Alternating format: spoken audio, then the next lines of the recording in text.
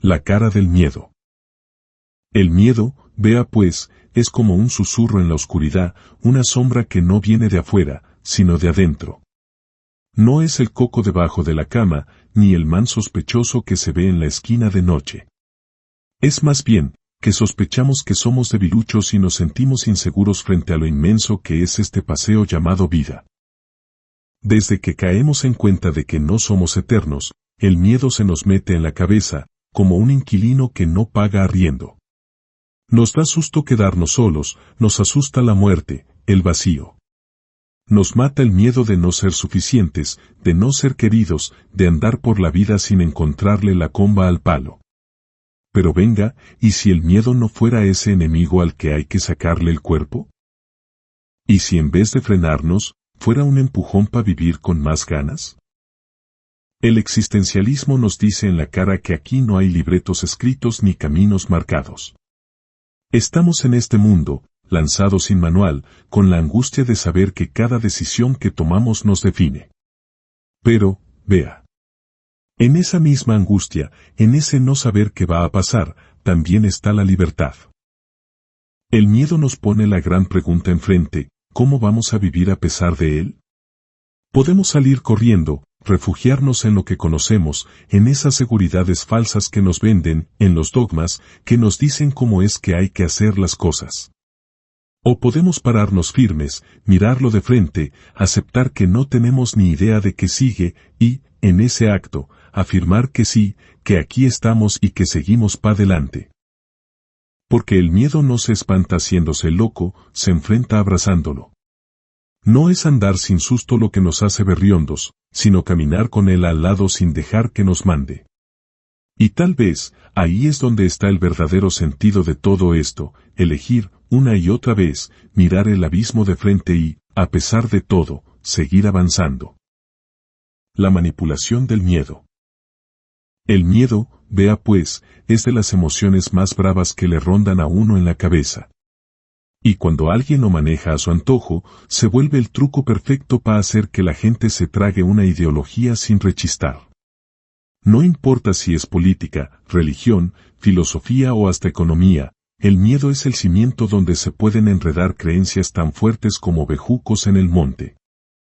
Como el miedo es algo que viene con el paquete completo de uno, se prende solo cuando sentimos que algo nos amenaza, pues nada mejor que usarlo para tener a la gente bien controladita. Apenas basta con soltar una amenaza en el aire, sea cierta o pura carreta, para que la gente se emberraque de los nervios. Ahí es cuando tragan entero sin pensarlo, aceptan reglas sin chistar y siguen al que se vea más firme, así no tenga ni idea de lo que está haciendo. En la moral y la religión, por ejemplo, el miedo al castigo divino, al pecado, o a irse pa'l infierno, ha sido clave para que la gente se porte como le dicen, sin chistar mucho. En la política y los medios, nos meten miedo con la inseguridad, la pobreza o el enemigo de turno, para que la gente acepte lo que sea, con tal de sentirse seguros y que los que mandan sigan bien acomodados en el poder. La manipulación del miedo funciona, porque juega con nuestra necesidad de sentirnos protegidos y de pertenecer a algo. Pero vea. Reconocer ese truquito es el primer paso para salir de ahí y empezar a pensar por cuenta propia.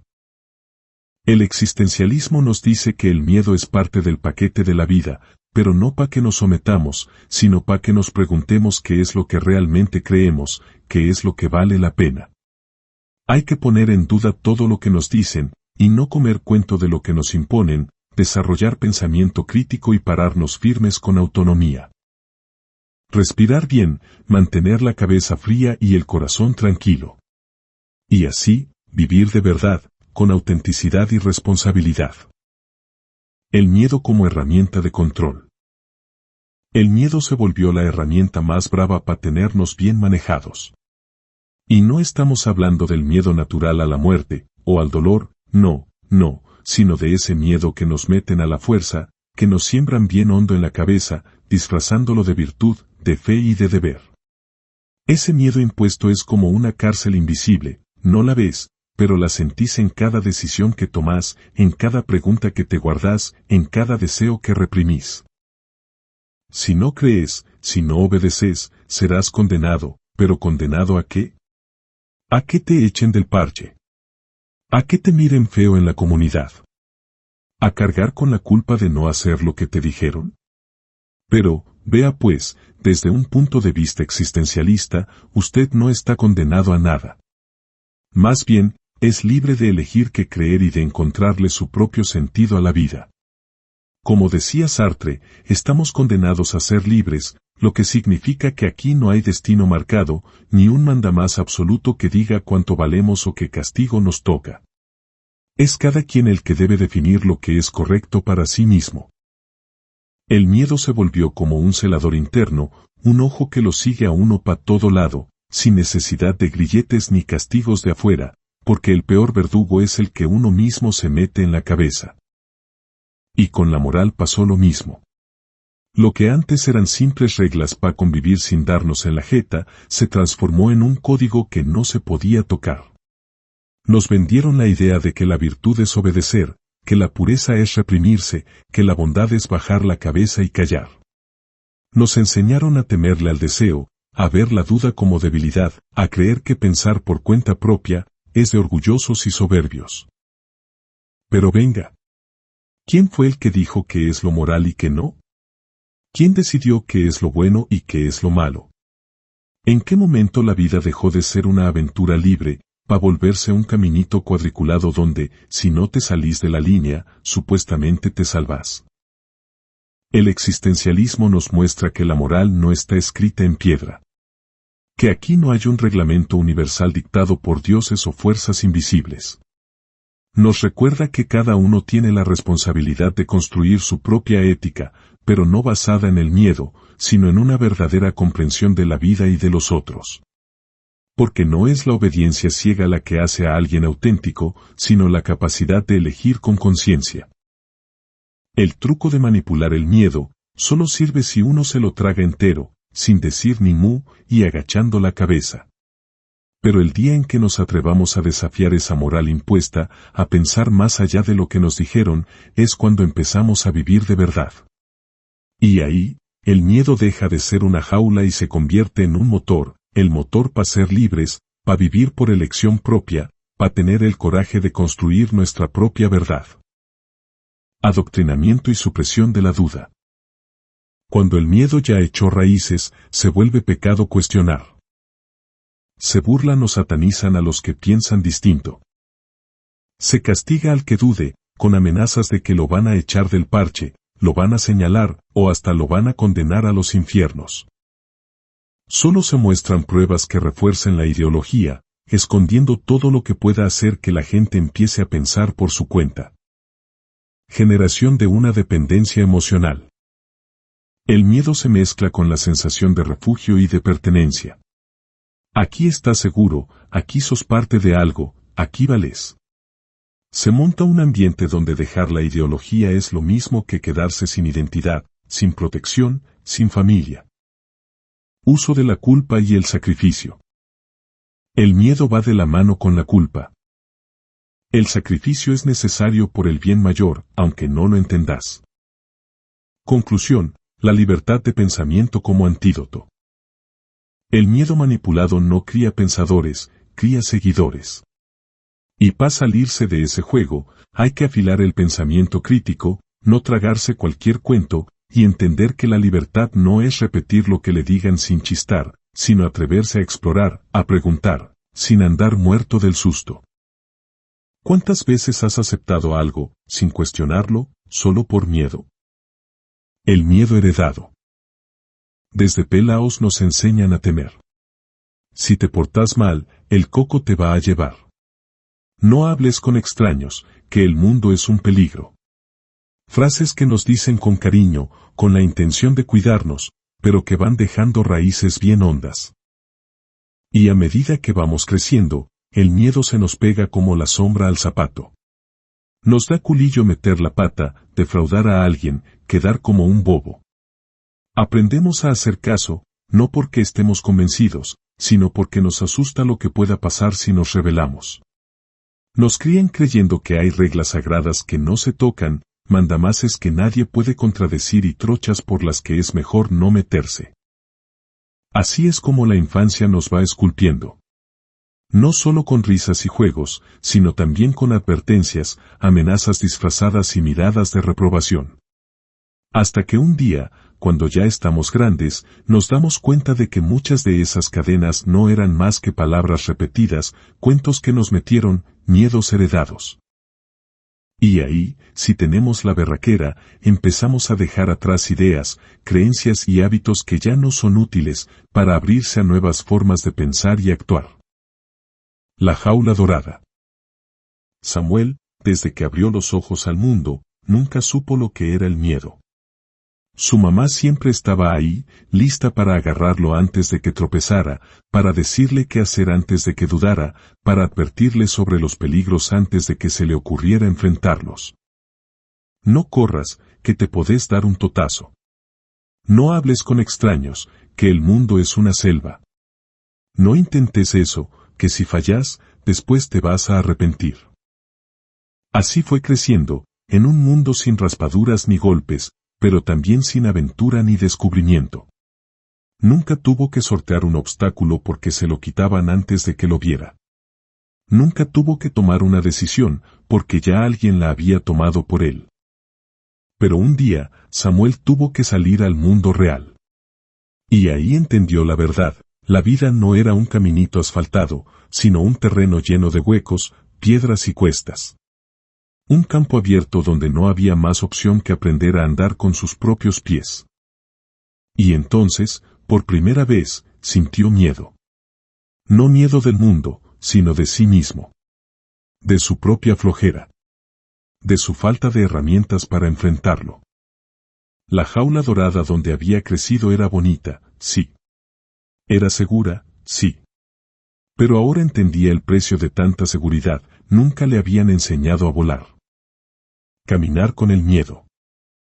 A Sofía siempre le habían dicho que el miedo era el enemigo. Desde chiquita le enseñaron a esquivarlo, a no meterse en camisas de 11 varas. No arriesgues, mija, que el que mucho quiere, mucho pierde, le decían. Así que ella se quedó en lo seguro, tragándose los deseos y disfrazando la cobardía de prudencia. Pero un día, caminando por un sendero desconocido, lo sintió cerquita, respirándole en la nuca. El miedo le susurraba cositas feas, le pintaba escenarios de fracaso y vergüenza. Pero esta vez, en vez de salir corriendo, paró en seco. Lo miró de frente y le preguntó, bueno, ¿y qué es lo que querés conmigo? El miedo no sacó garras ni dientes. No le mostró monstruos ni castigos. Solo le dejó ver posibilidades. Claro, podía perder, pero también podía ganar. Y ahí entendió, el miedo no era su verdugo, sino un parcero difícil, de esos que te dicen las verdades de frente. Así que, en vez de echarlo, le tendió la mano. Y aprendió a caminar con él. A escucharlo sin dejarse encadenar, a sentirlo sin que le cortara las alas. Desde ese día, por primera vez, anda con verdadera libertad. Las cadenas invisibles. Desde pelao, a Mateo le metieron miedo en la cabeza. Si no obedeces, algo malo te va a pasar. No importaba dónde estuviera, en la casa, en la escuela, en la iglesia, siempre había una advertencia disfrazada de amenaza.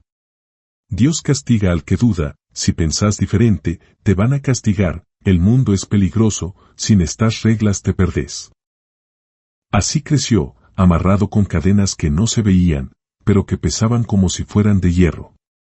Cada vez que le llegaba una pregunta a la cabeza, él mismo la empujaba para afuera. No sea atrevido, no cuestione, no se salga del caminito. Pero un día, mirando el cielo estrellado, sintió algo raro en el pecho.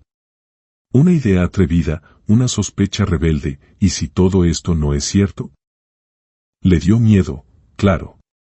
Como si estuviera al borde de un abismo. Pero cuando dio el primer paso fuera de las sombras de la imposición, no cayó.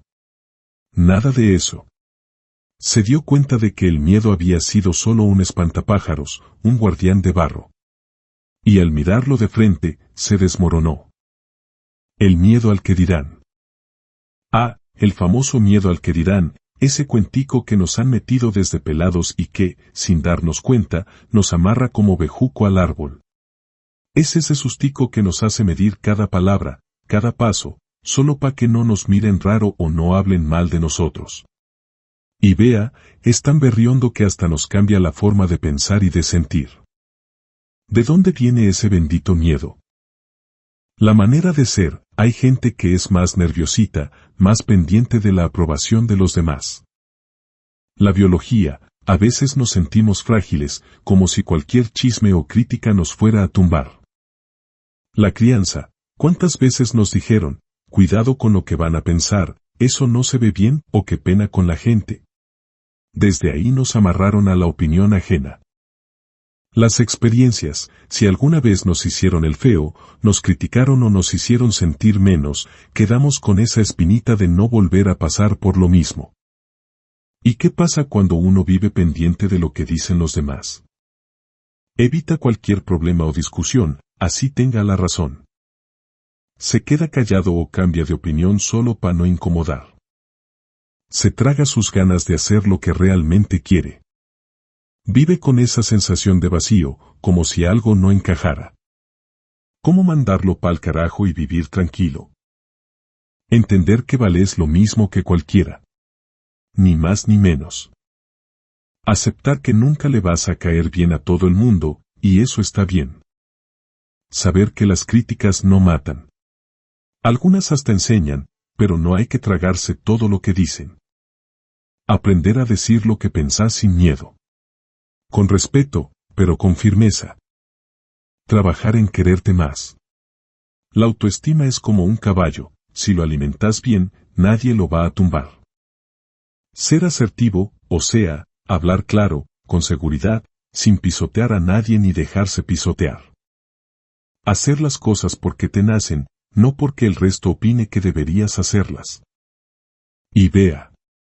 Si este miedo lo tiene más amarrado que marrano en diciembre y no lo deja vivir tranquilo, buscar ayuda no es ninguna vergüenza. Al final, la vida es para vivirla con gusto, no con miedo. Vivir en armonía, respetar, abrazar el miedo y romper la manipulación. Vivir en armonía no es ir por la vida, como si todo fuera color de rosa, sin líos ni miedos, sino aprender a capotearlo sin que nos agarren del pescuezo. Es encontrar el punto justo entre sentir sin miedo, vivir con berraquera y no dejar que nadie nos eche el lazo. Para lograr eso, hay cositas claves que podemos poner en práctica. Abrazar el miedo en lugar de salir corriendo. El miedo no es el coco, ni el enemigo, más bien es un maestro. Nos avisa de peligros reales, pero también puede amarrarnos si lo dejamos en manos de los que quieren manejarnos. No lo niegues, reconózcalo. En vez de pelear con el miedo, pregúntate, ¿este miedo me cuida o me está fregando la vida? Convierte el miedo en impulso. Si le tenés miedo al fracaso, úsalo para prepararte mejor. Si te asusta la soledad, aprovecha para fortalecer la relación con vos mismo. No todo miedo es tuyo. Pregúntate, ¿este miedo me nació a mí, o alguien me lo metió en la cabeza para tenerme quieto? Respetar y ser respetado, la clave para la buena vida. El respeto es la base de todo. No es que tengas que estar de acuerdo con todo el mundo, sino que hay que saber convivir sin andar imponiendo ni dejándose pisotear. Conócete y poné límites. Si te respetas a vos mismo, aprendes a decir, hasta aquí, sin remordimientos, y también a respetar los límites de los demás. Empatía sí, sumisión no, una cosa es entender al otro, y otra muy distinta es dejarse manipular o aguantar abusos. Sé auténtico. Vivir desde tu verdad inspira respeto en los demás. Cuando uno es real, la gente lo siente y lo valora. No caer en la trampa del miedo manipulado.